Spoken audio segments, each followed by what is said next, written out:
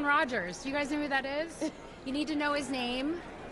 He is the black extraordinary designer that just won the CFDA award from Vogue. Oh, wow. And his collection, he's such a talent. I think that our writers are doing a wonderful job of mirroring big life events and things that happen and how that affects us personally and how then we tell those stories through the lens of this family. That's on Mixed Dish. You even have the calendar in your open too. Yes, it was a big part of that time period. Right. So did you race to do with that? No. Was all affecting the travel, or? No, I don't have a story there. No. No. All right. Tracy. Next Tracy. question right here. Oh. Talk to me. I'll talk to you, Tracy. Talk to me. I'm Dana House from Chicago. Hi, Dana. Hi. Now, I am calling, and I'm curious about you as a producer. Yes. Bring it on. Tell me. You have produced Black. I'm a producer on Blackish. I'm an EP on Mixed Dish. Yes. And I have other projects that I'm executive producing that have not hit the world yet. Great. So, how important is it to have a good production crew for those shows that you're working on? It's pivotal. That's one of the beauties of television and of Hollywood is that it's a collaborative art. And although there are those of us that are in front of the camera, it does not happen with those that are behind the camera. And I think that diversity and the lens that we're seen through and making sure that the crew and our production team all represents the world that we live in is incredibly important. And also that they're people that have a level of excellence and an ability that in areas that I can't do. But I always say, you know, the camera operators are just as important. If they miss the moment, then there's nothing there. And same thing with every element, costume designers, production teams, everybody. It's all part of making the magic happen. What would you say to aspiring filmmakers as far as those who are studying to get in the industry? Well, What I think advice could you we're give? in a really beautiful time right now where people can be their own content creators, and I think that is going to change the industry in terms of all of us having our own voice and the ability to tell stories and create narratives that actually come from our lives. It used to be that there were gatekeepers up in the world, but now I think everybody has an opportunity. It's one of the benefits of the internet is that we all have access to using our voices and having people see those things. So I think the only advice I would give is just keep creating content. Yeah. Yeah. Yes. Tracy, so, you know, we're in a space where representation definitely matters. It's And always that. NAACP is one of those spaces where we are celebrating one another. Yeah. So what does this award mean to you, and how do you think we can continue to widen the spectrum? Honestly, this is my favorite award show of the year. The fact that the NAACP and all the work that they do also takes time to create an environment where we can enjoy each other, celebrate each other, acknowledge each other, see each other, and come together in all of our different variations and the many different palettes of who we are and the life experiences that we have. And it is one of, as I said, my favorite places to be. What was your question? Yes. Just in terms of widening. Oh, okay. This last one right here, to this very, very last one. Okay. Okay, so I think in the interview that you did with Oprah that you channeled a new part of yourself when you sang in a movie. Yeah. So what was the moment when you said, you know, I'm going to be done with this fear of singing and I'm just going to go ahead and do this part? It's a very long journey. It was a whopper for me. And I think I was waiting for the right moment, and this was it. So, but it was genuinely scary for me. But I'm so happy with it. The movie's called The High Note. I think I can say that. Yeah, the movie. Yeah, and it's out May 8th. Okay, thank you. How important is for? Is it to have a good production crew? Oh, vitally, because I mean, it truly is a collaborative effort. You can't. I mean, to be a director on something like that, you're afraid. You think that it's all on your shoulders, but it isn't, because everyone has a gift, a talent, and you just have to be open, aware, have enough time, time and space to do it, and allow everyone to bring to the table what they offer. What would you say to aspiring filmmakers who are studying to get into the industry? Oh, just find, I think it's the story, that it has to be on the page. Find the stories that you're passionate about telling. And I think as long as you do that, you'll be successful at it. You have a great chance of being very successful at it and touching others in the process, which is what you ultimately want to do. Yeah. Ms. Bassett, you have so much longevity in the game. Is there any part of you that feels like you're just getting started?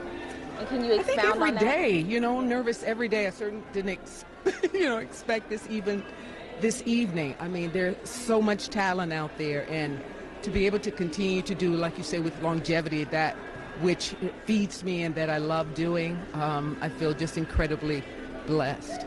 Yes. So yeah, every day I just approach it as new.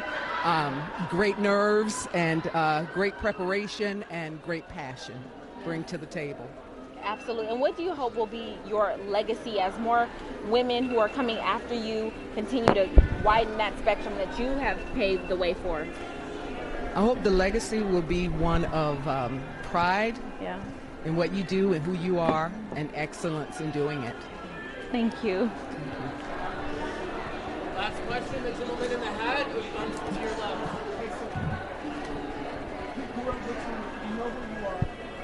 Gotta get this selfie.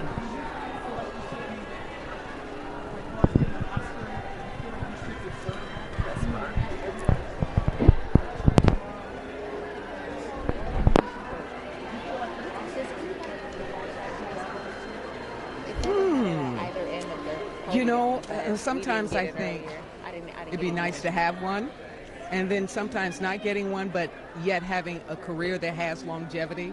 I think that's more important. Awards are nice, but the work is what serves you and what inspires you. Yeah.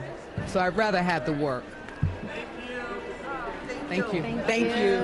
In the light of Kobe's death, how are you receiving Mamba mentality in your everyday life?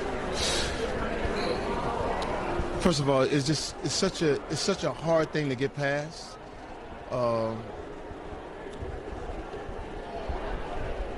The interesting thing is, for this movie, Kobe bought out the theaters a few weeks ago.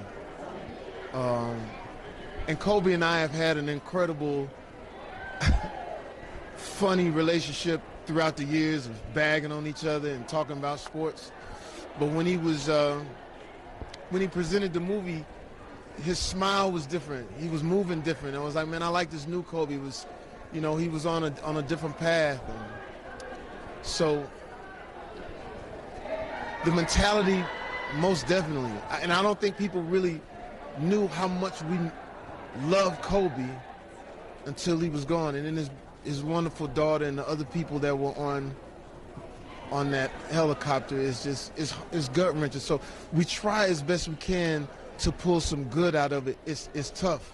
My own kids saw Kobe the day before because they go to Mamba. We go to Mamba Sports Academy. That's where we work out. So for them, it's still,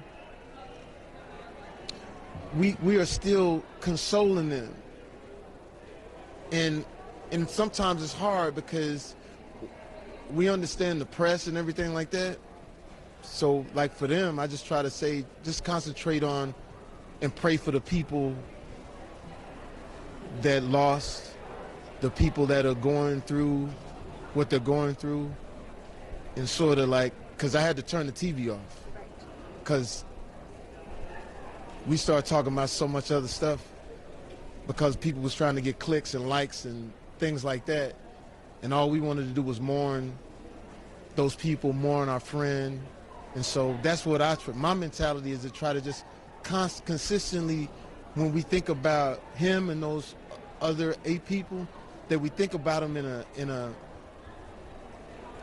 like me coming from Texas, like my grandmother said, hold him, and so so tough, but God bless. Jamie. Next question, sorry, down over here to the right. First of all, Jamie, we love you. Love you. And I really want you to know, my mother said if I saw you, to let you know that she's always been praying for you. Well, you tell your mother I love her and keep on praying, and I'll be praying back. Absolutely. Thank you.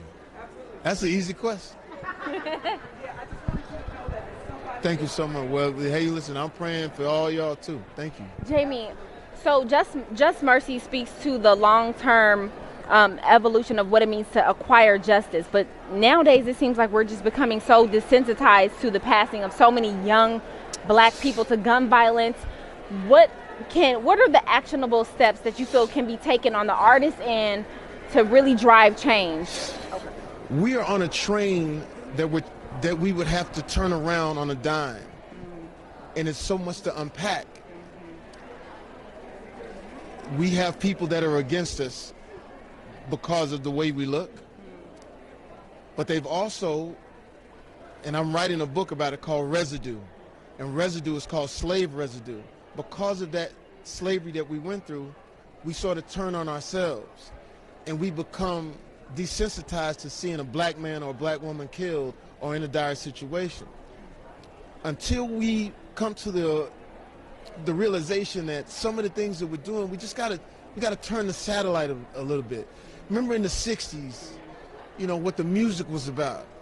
Music was about issues, and struggle, and coming out. The 70s, the music was about, you know, my parents, watching them have a good time. And then my father now challenges me and says, what are you guys talking about? So sad when I saw Pop Smoke, who I just saw 2 weeks ago. I'm talking to this young man, found out he went to college, found out that his mom is pastor. So it's so much to unpack. We can't unpack it during this question, but all I can say is that we have to pay attention more, and we have to change we have to change the narratives. I know it's so tough because when we get on our Instagram, it's easy to put our thumbs to work, and then we leave it. But we got to be on the streets. We got to be on. That's why with Bryant Stevenson, every year we're going down to his initiative, Equal Justice Initiative in Alabama. Come see us, because what we're doing is taking our kids to these incredible monuments that documented slavery, documented what we went through, so they could maybe feel that, so that younger generation will have something else to talk about, have something else to sing about. And we got to start loving ourselves a little more. It's a tough thing, hard to unpack, but I know we can get it. It's just that you got to keep. I mean, I can't tell him. I'm sitting with that dude 2 weeks ago, and what are we? You know, what is your? I don't know the solution. You know what I'm saying? But I know that at a certain point, we got to stop doing the things that we do and try to uncomfortably change some of our ways, if that makes sense. Yeah, absolutely. Thank you. Overlook Just Mercy. So can you talk to us about what this award means? This means more than anything. For one, I've never looked at awards anyway, but we're happy when that happens. We're happy when the Academy Award acknowledges, and that's fine. But I never look to, if I don't get nominated, I said, this award right here, when you look into that audience and you look at all of them talented people, first of all, you got to be special for them to like you, because the talent is, I mean, when you look out and you see everybody that could do everything that you do. I made a joke about my cousin could do something about, you know, my cousin do the same thing. It's true. This is the most important because it comes from us. So when we think about the other side of the street so much, somehow within our performances, we try to like curtail, well, maybe they'll see us for this. We just got to keep doing what we do. And this right here means everything, because I tell people all the time, like I'm going out to do my stand-up. If I don't look out and see 10,000 black people, I feel I'm in trouble, because I got to have that first. The black people got to laugh at me first, and then to go out. So the most important thing to me is my black fans. You know what I'm saying? If I don't have my black fans, I literally, or we literally don't have nothing. Makes sense? Jamie, you're a phenomenal music producer. We haven't seen a lot of music lately. In terms of that, what would you say is very important in terms of your production crew when you do your music? When I do music, I got a few guys I mess with. I got Tank, I got Lonnie, I got We need that music. Yeah, I got a lot of cool. So we're gonna drop some music. I got 2 new artists that's coming out too, Jay Young and Sailor. So, you know, we're gonna keep doing the music and stay active, you know, and just try to get something popping. Thanks. Can you do a selfie? So I'm Raven with Your Girl TV, #1 source for positive celebrity culture. Well, yes, I love that whole presentation. So about this book that you're working on, is there a release date that you have? Don't have a release date, but we've been working on this book, and it's Residue, and it explains a lot of what we go through. You got to understand, like I teach my kids, think about it, you can ask any black person, black kid, when did they free the slaves? They may not know. They don't know what Juneteenth is. We use it for a hashtag, but this book and what we're working on will give you the reason why they don't know. Because it is a subliminal thing that we don't want to see that. We don't want to hear about that. We don't want a slave movie. We say all the time, we don't want to see a slave movie. I say we should see them all.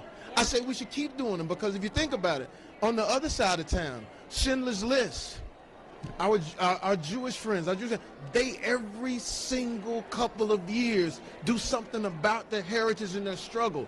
What happens with Residue is they make you feel bad about talking about where you came from. They make you feel bad about that. So we say, man, I don't want to see no other slave movie. Well, why not? Because you can walk into the street right now and ask any black person, when did they free the slaves? Oh, man. So our book will attack that. And I say, anything that is black and teaching us about our history, we got to dive in head first and keep doing it. Because me being 52. What? Oh my God! Oh my God! But me being older, my experience with black culture is different from my daughter. It's different from my youngest daughter. So they don't know. So we have to continuously give them the stories, give them what we need so they can grow and understand their history.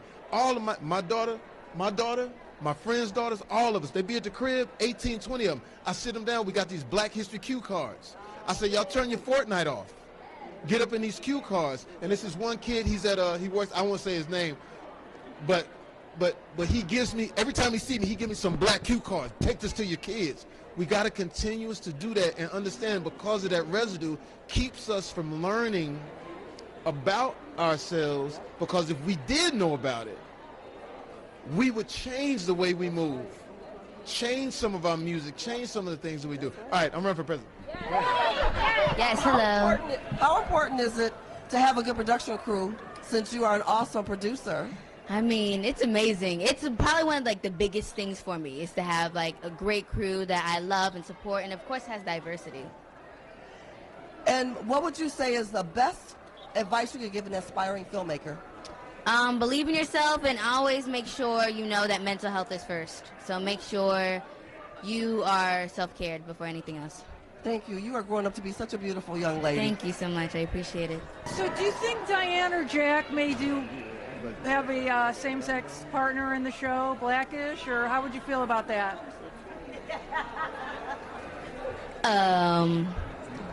You know, I don't know. Nah, I'm not sure. That's the writer's decision, but okay. That ain't on me. Do you have any message to your LGBT following and fans that I mean, maybe struggling? You just talked about mental health. Just know that you're comfortable in who you are. Like, be comfortable and be confident in yourself. And, you know, you a bad bee, period. I guess with your career, you grew up with these people that you've been with. So how is it to be in that family mode? Because you grew up with your twin brother that we know as Jack. All these people. So do y'all still get along? Is everything still okay? Oh, of course. Like, the things that we have are like literally family related. Like we are family. Like that's really what we've been through for the past 6 years, you know?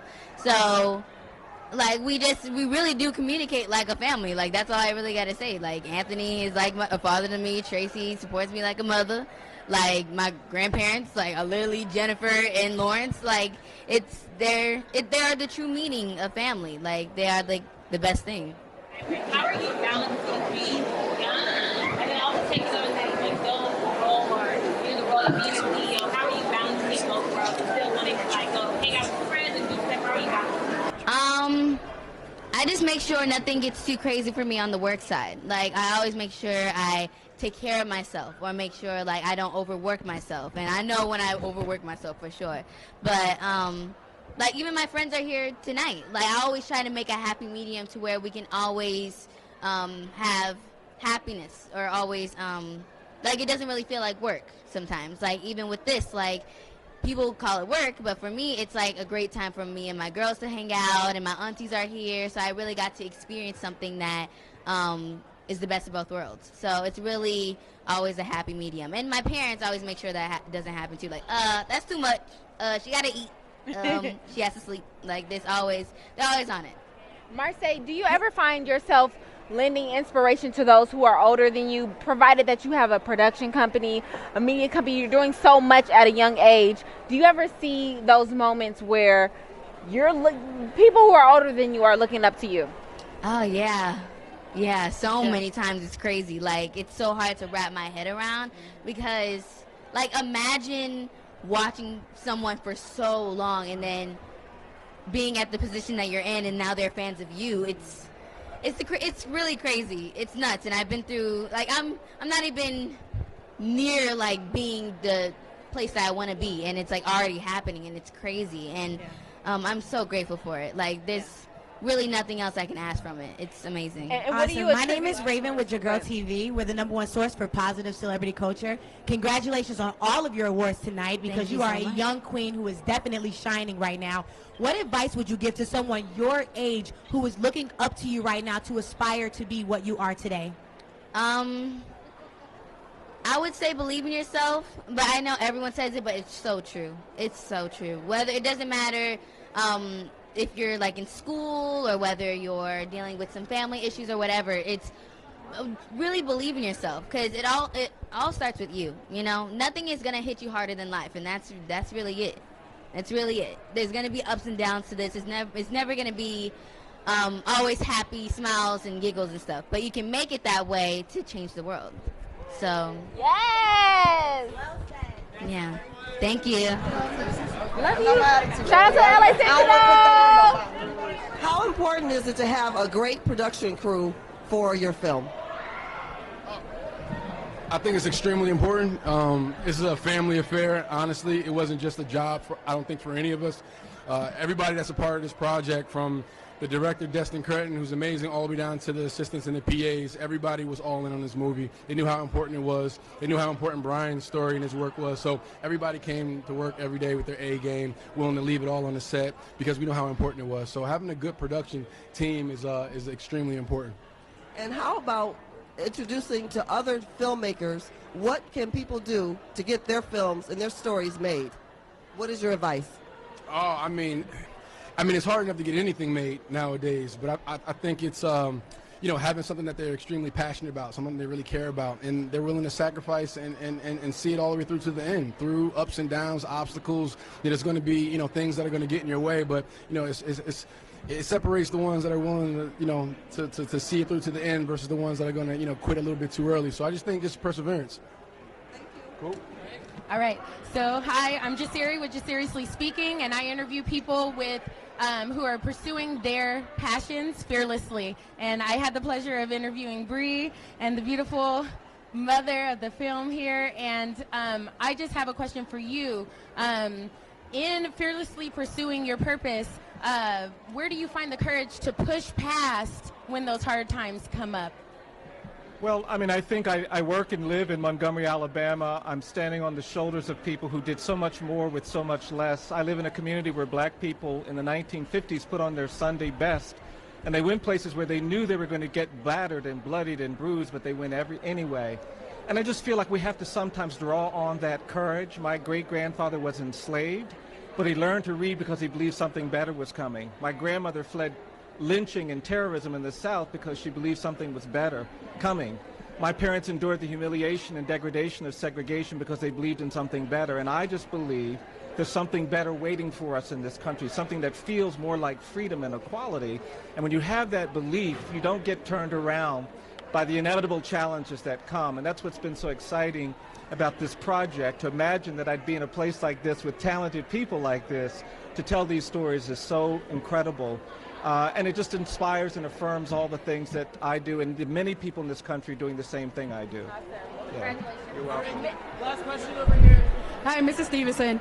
I wanted to ask you, since we are in a very important election coming up, what are your advice on harnessing the black vote? Yeah, well, I just think everybody has to vote. I was disappointed that I heard people in 2016 saying, I'm not going to vote because I don't like either one of them. That is not a position that people of color in this country can take.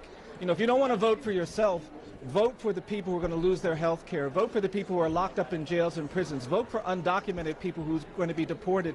Vote for the poor. Vote for the excluded. They need you to show up. I've got clients who would desperately love to vote, but they cannot.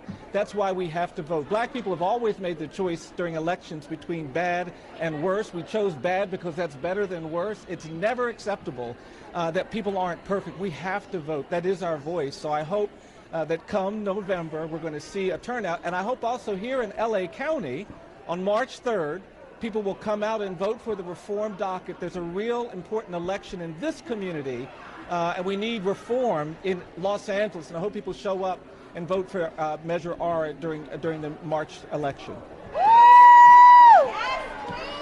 Question right here. I just want to say everybody looks beautiful tonight. Come on, we better show out. Okay, so first of all, congratulations. You've been doing an amazing job, portraying positive body images for everyone around the world this year, or last year into this year. How important has that been a part of your branding, and why do you feel like it is so important to stress that in industries where, women have to sometimes we have to dumb ourselves down and cover ourselves up to go into meetings and to do things just to even be heard? Well, I think that's it in a nutshell. Like, this isn't my brand, this is who I am. And I think that's why it speaks to so many people in a world where branding is like the first thing we see nowadays. Individuals and true individuals kind of stand out like a sore thumb. I feel like a sore thumb, but it's a beautiful sore thumb, and I'm just honored to be a part of the music industry right now where all these sore thumbs are poking out and being themselves. I mean, big black girls are beautiful. We deserve to be heard and seen and put on stages and given Grammys, and that's what the fuck I'm doing. Come on! Lizzo, so we got a chance to see Chance the Rapper. He posted an old video of you doing an interview with him. What were your thoughts when you saw the video, and how does that video kind of show as a testament of how you can kind of continue to move forward? Shout out to Chancellor, dog. Like, that was his first show in Minnesota, and I opened for him. I remember that interview like it was yesterday, and he said the same thing. Like, it's really, really cool. He came up in the Midwest as well as I did, and it's just really cool to have somebody who's a contemporary come up together and watch each other shine. It made me smile, because he's really, really dope, and I just hope we can do something together in the future. Lizzo, I've had the opportunity of interviewing you a few years ago, and you are that same beautiful, outspoken person. So when it comes to the backlash that you received, how do you kind of separate the two between the backlash and the move you're trying to make with being a trailblazer? I don't identify with backlash. Yeah. Thank you. Yeah.